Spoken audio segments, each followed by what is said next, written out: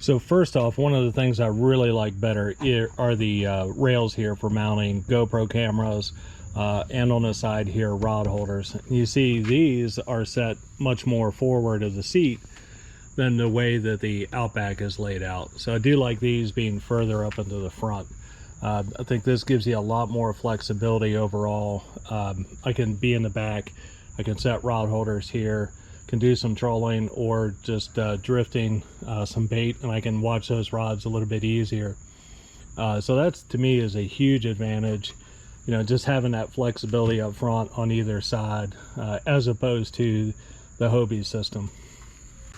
So the Hobies have their H-rail, which is nice, and I'll go through what I really like about these over the Bonafide in a future video. But as you can see, these are set much closer to the seat. Sometimes that can be a little bit of a disadvantage, just in flexibility. Yes, there are molded in rod holders on either side. However, one thing that drives me nuts about these is they get water down inside them. They don't drain. You've got to tip these over to get that water out. So when, you know, washing these down like I'm going to do this evening, get the scum line off of here, I'll have to just constantly, you know, get this water out of these rod holders. So big disadvantage that I really don't like on the Outbacks overall.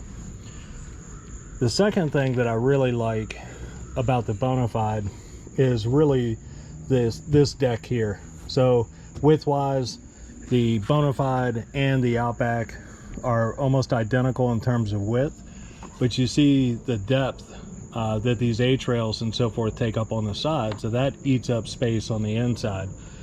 As you can see, the Bonafides here are much wider. There's another advantage here, which is really being able to stand. So a tall guy like me at 6'2", the stability of the Bonafide, the design of the hull, and the width here, it's a lot more stable for me to stand and to feel comfortable. Just personal, right? Because I'm 6'2", you might be, you know, 5.5 feet, and it's different, right? Different center of gravity.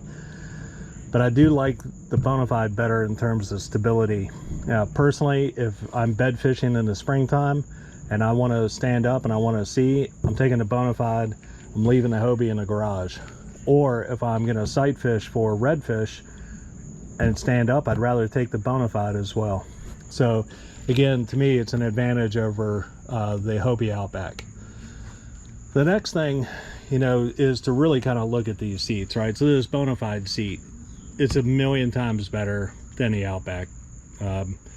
It's much more comfortable, it's wider, it's taller, it sits up higher than the Outback overall, and long day of fishing, this is a far better seat to sit on, be comfortable in. You know, you can certainly adjust it for lumbar support in the back. Not really lumbar, but just to, you know, bring this back or be able to recline it further. Lumbar support, the Outback is far better. We'll get into that in the next video.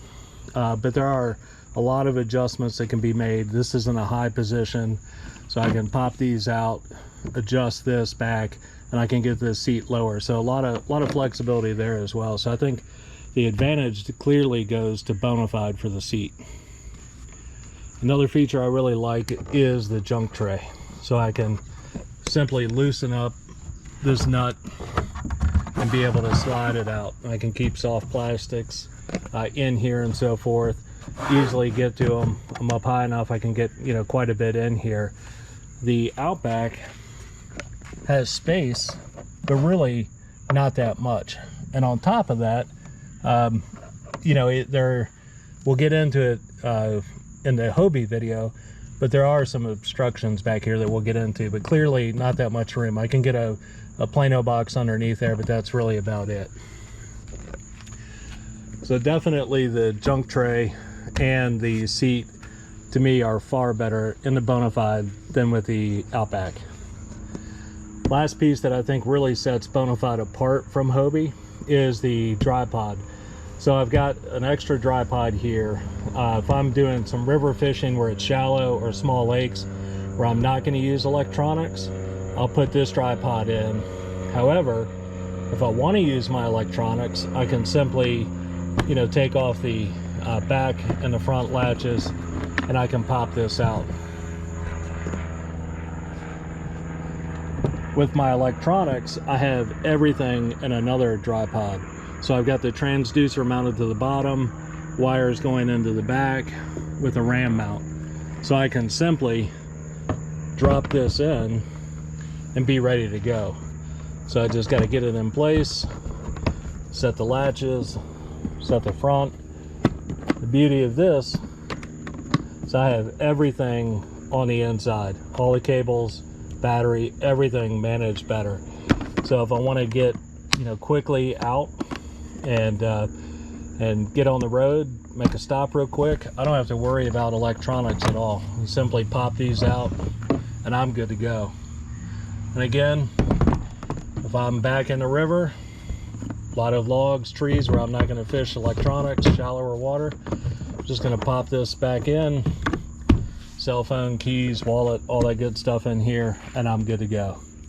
So overall, these I think are what set Bonafide apart from the Outback. But in the next video, I'm going to talk about what is it that I like about the Outback better than Bonafide. These H-rails, these retention cords, there's a lot to talk about here. A lot of flexibility. We'll get into it and you'll see the difference in these two. Both excellent kayaks, fantastic for kayak fishing.